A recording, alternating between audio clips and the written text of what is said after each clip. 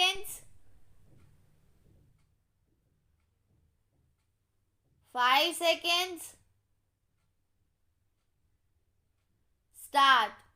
While stabilization of prices is the concern of the government, an equally vital and important concern of the government is the keeping up of the continuity of the economic development. The House would probably agree with me that these two things would have to be balanced, and the problem, therefore, is not to consider prices isolated from economic development, but the problem is to get these two phenomena married to each other and keep the balance between these two married partners straight in both development and instability. That should be our problem, and that should be the solution. I welcome very greatly the suggestions which have come forward to facilitate this marriage of prices with economic development. Controls are no doubt possible to some extent, but as I said earlier, even the Ranganathan committee felt that no amount of physical control will deliver the goods if the implementing machinery is not up to the same standard as the standard of the control we want to have. Therefore, as a better solution to this problem, rather than having wholesale physical control, we want that the extension of cooperative trading centers should provide an answer to this problem, and we would like to give the maximum facilities for this extension of cooperative trading sector. Definite schemes have been formulated by the government, but I would also like to say here that some of these voluntary organizations like the Citizens Council and such other organizations, if they could take up the work of providing a chain of consumer cooperative stores, they could formulate a scheme for doing some such thing in the economic sphere. Government would be certainly agreeable to provide them with all possible facilities for opening these shops. Large scale impact of the cooperative movement in the retail sector provides the best possible sanction in the present circumstances to keep a check on prices, and government effort is to be supplemented not only by this expansion in trading in the cooperative sector, but the government effort in keeping the price line has also to be supplemented to a great extent and reinforced by an effective public opinion. After all, democracy without public opinion does not carry us anywhere. Public education and democracy are two patterns in which full-fledged democracy functions. Without public education, democratic implications are not understood and vice versa.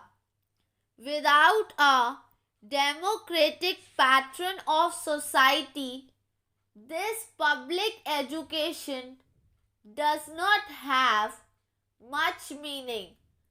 Therefore, public concern over rise in prices has got to be created. Though all the members have expressed their concern over rise in prices and people outside also have expressed their concern, I must confess that the cohesive body of public opinion against profiteering and speculative activity of traders in essential commodities has yet to be felt if it has to have practical effect and without dividing themselves on party lines.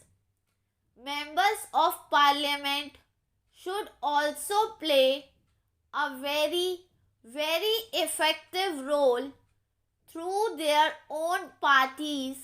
The problem of profiteering and the problem of speculative activity is not the problem of government. It is the problem of the country. It is the problem of the people, and it should be considered as an anti-social thing. Therefore, it should not be considered that it is the prime duty of the government to check this, mitigate this evil phenomena. It is the duty of the government, I do not deny, but it is also on the moral plane the duty of the respective parties and their leaders and workers to create such a public opinion where profiteering and speculative activities may not find place. In some of the capitalist countries, they have done the same thing in regard to this. After all, in a country like the United States of America, adulteration of food is considered to be a crime worse than even murder. That shows the amount of public opinion that has to be created in this country against profiteering and speculation. As some members have said, nationalization of banks can be one of the ways by which effective control over prices can be brought about, but unfortunately, the phenomena is not the credit which is operating through banks. The crux of the evil is the credit which is outside the bank. So much credit is flowing through these outside channels other than the banking system that it is very difficult to control that kind of credit. This is the villain of the piece, which is not allowing us to have a cohesive policy in regard to the control of prices.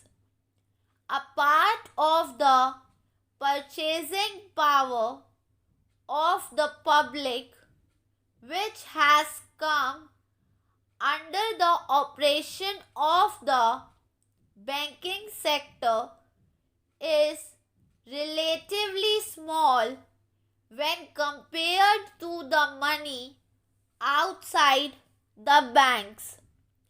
It is the latter, therefore, which gives us this deep concern and which affects the solution. So, I think I have covered most of the points raised. Though the preview of the discussion is very wide, the House will perhaps forgive me if I do not cover all the economic matters.